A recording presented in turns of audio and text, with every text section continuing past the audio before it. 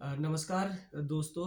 आप देख रहे हैं कि आज जम्मू कश्मीर में काफ़ी जम्मू कश्मीर के लिए एक अच्छी खबर है कि बहुत सारे बच्चों ने जेके जो केएस का एग्ज़ाम जो है क्वालिफाई किया है। तो आप देख रहे हैं आज हम जिनके साथ बैठे हैं यहाँ पे, ये तेजिंदर शर्मा जी हैं जो गुंदरा के रहने वाले हैं, डिस्ट्रिक्ट डोडा से। तो इनको सबसे पहले हमारी तरफ से ढेर सारी शुभकामनाएं। इनको थैंक यू सर। मुबारक है, इनके थैंक यू। पेरेंट्स को मुबारक है, इनकी फैमिली को। और आज हम तेजिंदर शर्मा जी से बात करेंगे कि किस तरह की इनकी जर्नी रही, सारा इस जो इनका सफ़र रहा, किस तरह की मेहनत प्रिपरेशन कितनी करनी पड़ी इनको। और बहुत सारे बच्चों का ये रहता है कि एग्ज़ाम है, ठीक है एग्ज़ाम है, लेकिन उसमें उनको ये नहीं रहता है कि उनको एक गाइडेंस प्रॉपर नहीं मिलती है कि कितनी इसमें मेहनत करनी है और किस स्टडी के बाद, जैसे 12th है या ग्रेजुएशन है, किस लेवल से शुरू करना है उन्होंने अपना ड्रीम, इस केस अगर कर रहा है तो। तो भाई साहब, आपका क्या मतलब किस तरह का आपने मोटिवेशन रही कि कहाँ से आपको ये प्रेरणा मिली और किस समय से आपने इसमें शुरुआत की जी केएस सर। क्वालिफाई करने की? सर, जब मैं 11th-12th में था, उस टाइम पे हमारे जो जम्मू कश्मीर के यूपीएससी के फर्स्ट टॉपर निकले थे शाह फैसल सर। तो जब मैंने उनको देखा और उनकी जर्नी को देखा तो मुझे लगा कि नहीं, जो हमारे जम्मू एंड कश्मीर का जो पोटेंशियल है वो बहुत अच्छा है। तो फर्स्ट इंस्पिरेशन मेरी वही थे सिविल सर्विसेज में। तो जब मैंने ग्रेजुएशन अपनी मेडिकल में कंप्लीट की, उसके बाद मैंने आगे बढ़ने का सोचा और जब मैंने फर्स्ट एग्ज़ाम अपना दिया 2016 में, मैंने प्री क्वालिफाई किया, मैंने मेंस का एग्ज़ाम दिया। उस टाइम पे मेरे ऑप्शनल क्योंकि उस टाइम पे 2 ऑप्शनल हुआ करते थे, तो मेरा एक ऑप्शनल ज़ूलॉजी था और जब मैं दूसरे ऑप्शनल की सर्च कर रहा था तो मैंने ये देखा कि इस ऑप्शनल का कन्वर्जेंस जो है वो जीएस के पेपर्स के साथ, एसए के पेपर्स के साथ, एथिक्स के पेपर्स के साथ रहेगा।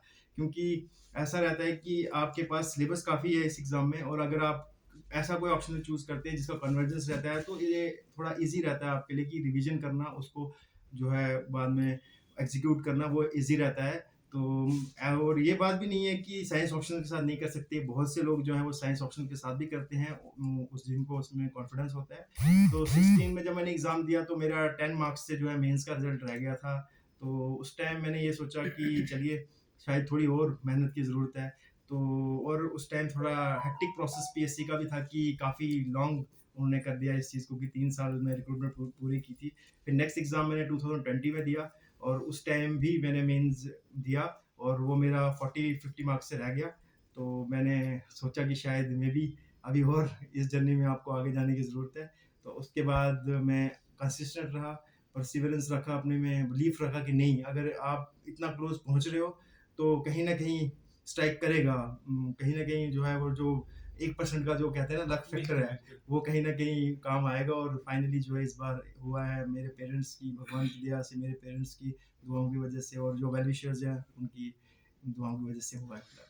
ये जितना भी तेजिंदर भाई साहब ने कहा कि इनकी जो मेहनत है, इनकी कहीं न कहीं देखिए कंटिन्यूअसली जब हम क्या करते हैं कि हमारे स्टूडेंट या हमारे जो लोग होते हैं, जब साथी कोई काम करते हैं, वो क्या करते हैं कि जब एक बार वो काम करना चाहते हैं, उसको करते हैं कहीं फेलियर।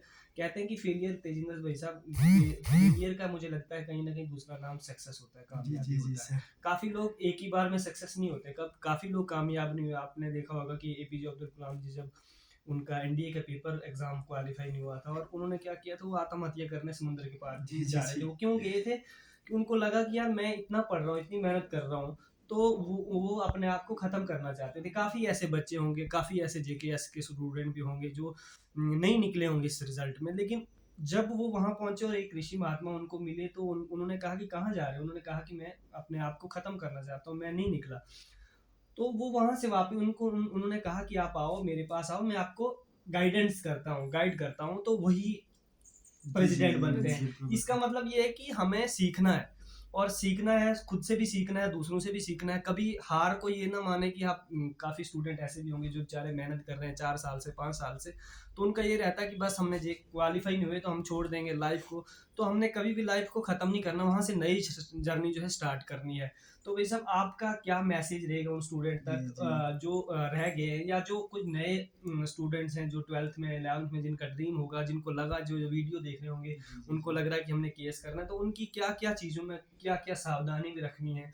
किस तरह से उन्होंने स्टडी करनी है और कौन-कौन चीज़ों का ध्यान रखना है? जी, जैसे आपने अब्दुल कलाम सर का याद दिलाया तो मुझे याद है कि उन्होंने जब वो फेलियर इतने देखे थे तो उन्होंने कहा था कि फेल का मतलब है फर्स्ट अटेम्प्ट इन लर्निंग। बिल्कुल। तो वो कोट हमेशा मेरे दिमाग में रहता था कि यार फेलियर्स ही जो है वो आपको वो एक्सपीरियंस देते बिल्कुल। हैं कि आप सक्सेस की तरफ जाओ। जी। तो मेरा भी कुछ ऐसा ही था कि मैं जितने भी लोग इस बार रह गए, चाहे मेंस में रहे, चाहे इंटरव्यू में रहे, तो मेरा एक ही उनके लिए मैसेज है कि देखिए, ये एक एलिमिनेशन का एग्ज़ाम है। At the end of the day जितनी पोस्टें एडवर्टाइज़ होती हैं, उतने ही लोगों ने आगे जाना है। लेकिन अगर आप हार्ड वर्क करते रहेंगे, अपनी जो गलतियाँ हैं उनको रेक्टिफ़ाई करते रहेंगे, उन पे वर्क करते रहेंगे, तो मुझे लगता है एक दिन ज़रूर आपको सक्सेस मिलेगी, क्योंकि मैं भी 2 बार फेलियर से गुज़र चुका हूँ, तो मुझे पता है कि at the end of the day आपकी सक्सेस होती है। बट थोड़ा ये है कि अपने कम्फर्ट ज़ोन से बाहर आके आपको परसिवरेंस दिखानी पड़ती है, लगा रहना पड़ता है, अपना फ़ोकस जो है एग्ज़ाम से हटाना नहीं है। क्योंकि बहुत सारे मेरे फ्रेंड्स भी थे जिन्होंने मुझे कहा कि अच्छा, आप नेट क्वालिफ़ाइड हो, आप प्राइवेट कॉलेज में जाके पढ़ाई पढ़ा शुरू सकते हो या बढ़ा आप पढ़ा सकते हो, सकते हो। आप इकोनॉमिकली इंडिपेंडेंट हो जाओ। एक वक़्त पे तो मेरा भी दिमाग में आता था कि नहीं यार, इस अब जहाँ पे हम पहुँच रहे हैं तो हम करना चाहिए ऐसे। लेकिन फिर दूसरे माइंड में ये आता था कि जब मैंने इतने साल एक प्रोफ़ेशन में दिए हैं, तो मैं इसको बीच में नहीं छोड़ सकता, या मैं इसको फुल डिवोशन नहीं दूँ, ये जस्टिफाइड नहीं होगा। तो मैंने उसको बहुत डिवोशन दी, और अगर आप डिवोशन से कोई काम करते हो, तो भगवान भी और हर एक चीज़ जो है आपके साथ होती है, और एट द एंड आपकी सक्सेस होती है। तो ये तेजिंदर जी थे। आगे भी इनके और भी बातचीत करते रहेंगे और मुझे लगता है कहीं न कहीं मैं तेजस इकबाल फाउंडेशन का चेयरमैन भी हूँ।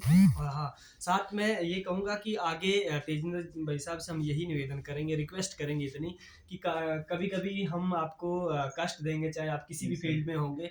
आपको हम स्टूडेंट्स के लिए, प्रेरणा के लिए कुछ ऐसे-ऐसे प्लेटफ़ॉर्म पे हम आपको बुलाएँगे, जी, हम जी, जी। आपको डिमांड करेंगे कि उन उन बच्चों के लिए आपने फाइनेंशियली नहीं हमें सपोर्ट करना, लेकिन ये है कि एडमिनिस्ट्रेटिव लेवल पे उन लोगों के जी, लिए, जी। जिन लोगों के लिए एक्चुअल में सही में उनको दिक्कतें आती है, आपने खुद झेली होंगी। और इसके साथ-साथ मैं तेजिंदर भाई साहब के पेरेंट्स से भी बात करना चाहूँगा कि ये तेजिंदर जी के पेरेंट्स हैं, तो अंकल आपको कैसा फ़ील हो रहा है? क्या लग रहा है कि आपको मतलब जो ये खुशी आपको मिली है, क्योंकि ये ऐसी खुशी सभी को नहीं मिलती है, तो आपको क्या फीलिंग है आज हो रही है कि कितने इमोशनल हैं आप इस चीज़ पे कि ये चीज़ आपको एक खुशी मिली है? सबसे पहले मैं आपका बहुत आभारी हूँ कि आपने हमारे घर तक आने का कष्ट किया, और अपने बेटे को हार्दिक शुभकामनाएं देता हूँ कि इनको ये सक्सेस मिली। तो काफ़ी इनको स्ट्रगल भी करना पड़ा, क्योंकि फैमिली से भी उतनी ज़्यादा हम कॉपरेशन को दे नहीं पाए। इनकी माताजी भी सरकारी सर्विस करती हैं, घर से बाहर रहती थी, तो मैं भी सरकारी नौकरी करता हूँ। इवन कि मुझे ड्राइविंग तक नहीं आती है, तो मैक्सिमम टाइम मैं उनको अपने साथ गाड़ी की ड्राइविंग करने के लिए जाता था। तो लेकिन उसके बावजूद भी दिन को अगर ये मेरे साथ ड्राइविंग करने जाते थे, तो रात को 2-2 ढाई-ढाई बजे तक ये पढ़ते थे। आधी रात को जब मैं जागता था, देखता था ये पढ़ रहे हैं, तो मैं हमेशा ही बोलता था बहुत टाइम हो गया, अब सो जाइए। तो इन्होंने काफ़ी स्ट्रगल की, इन्होंने हार नहीं मानी, तो इनको ये कामयाबी मिली।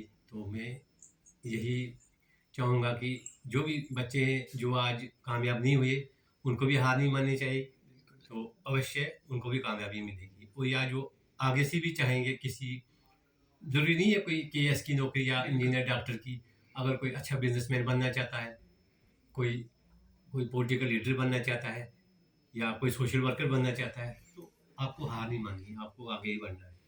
तो थैंक यू। चलो, तो ये अब आंटी आप बोलेंगे कुछ? आंटी से भी थोड़ा-सा अपने जो इनके बेटे ने इतनी बड़ी खुशी इनके लिए लाई है और बहुत सारे मतलब एक फैमिली का सपना रहता है, काफ़ी मेरे भी पेरेंट्स, हर एक के पेरेंट्स ये चाहते हैं कि हमारा बेटा बेस्ट हो, किसी भी फील्ड में हो तो बेस्ट हो।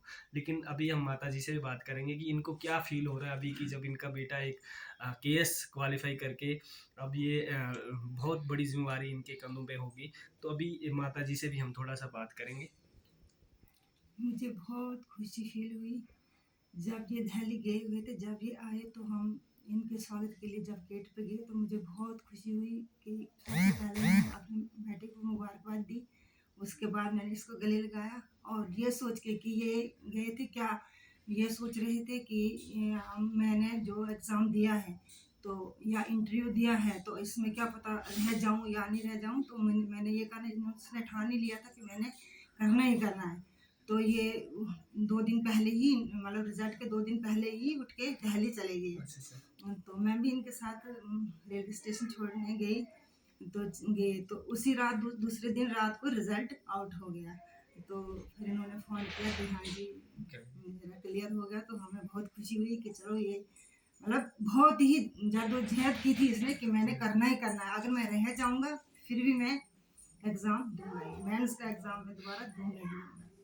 बाकी रही हमारी स्पोर्ट, हम मेरी स्पोर्ट इसके साथ कोई भी नहीं है, सिर्फ आशीर्वाद मेरा इसके साथ है। ब्लेसिंग सबसे बड़ा हाँ, तो support इन्होंने है। बहुत ही स्ट्रगल किया है, तो इवन कि खाना तक ये खुद बनाते थे मेरे बच्चे, और इन्होंने पढ़ा है और मैं बाहर होती थी अपनी ड्यूटी पे।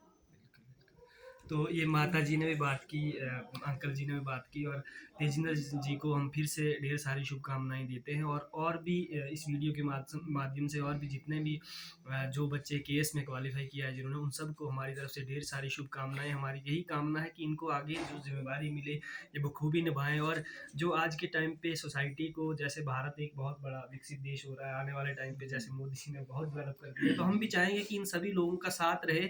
और जब तक एडमिनिस्ट्रेटिव और पब्लिकली का अच्छा कोऑपरेशन नहीं रहेगा तो सोसाइटी का वेलफेयर अच्छे से नहीं हो सकता है। तो हमारी यही कामना है कि ये अच्छा करेंगे और अपना दी बेस्ट देंगे। Thank you.